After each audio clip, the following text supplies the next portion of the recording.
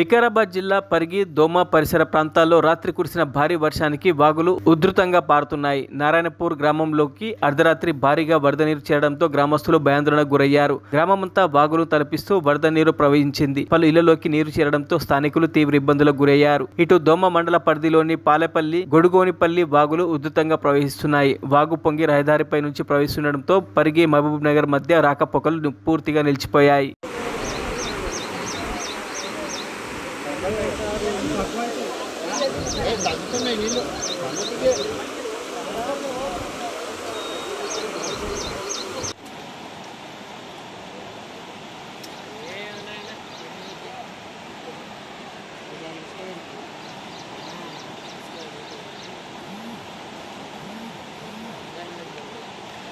కావాల్సింది accept video call చేద్దాం WhatsApp లో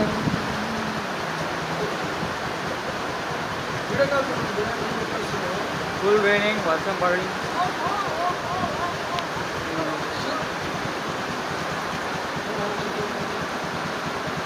మరిన్ని అప్డేట్స్ కోసం మా ఛానల్ని సబ్స్క్రైబ్ చేయండి.